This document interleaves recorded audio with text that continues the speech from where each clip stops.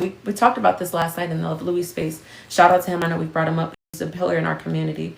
But if you're not paying attention, you can even accidentally be discontented because what you're seeing online is setting an expectation, a bar that makes you feel like you're not sufficient or you're failing, or you actually shouldn't be happy and content with having 3 square meals, a warm and safe bed, a job to go to, health and strength. That's not enough, because here this other person is living in a place that looks like a villa or a ski resort, and has the husband and the kids, and or is, if you're a guy, adored and cherished by many women. And so you have all these things that some of them are obvious, they're advertisements trying to sell us something, but some of them are insidious, and there's just comparing other people's lives to your own.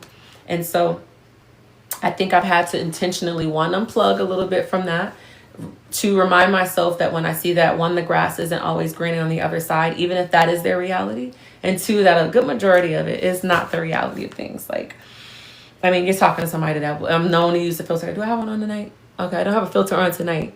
Praise the Lord, my skin is looking good and the makeup is looking good.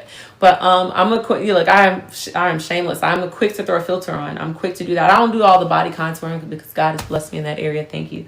And I work out and all that stuff. But I can't judge somebody for having a fake life when I too kind of fabricate a little bit. When you're wearing makeup, when you're putting on a filter, I think you should, and if you feel the need, if you want to, because it's your version of presenting your best self.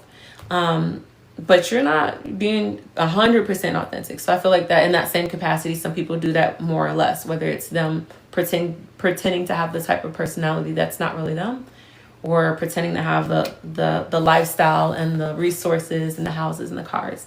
So I unplug, one, a little bit. I remind myself, two, that that's not necessarily reality, nor is it everything it's cracked out to be if it is. And three, that I'm enough as I am. I'm a work in progress, but I'm enough. I deserve love. I deserve peace. I deserve safety.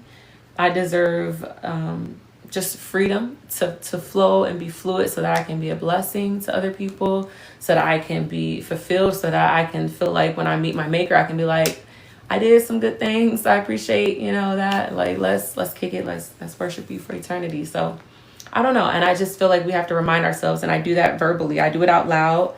And I do it for other people. That's how I got into doing meditations for other people. It's like feeling the benefits for myself, knowing that I'm not the only sad person out there. I'm not the only lonely person out there. There's gotta be other people, because there's a lot of people that are, dealing with things much heavier than me. And so I definitely recommend doing that for yourself as well. And you can tap into mindful programming on YouTube. It is my meditation channel.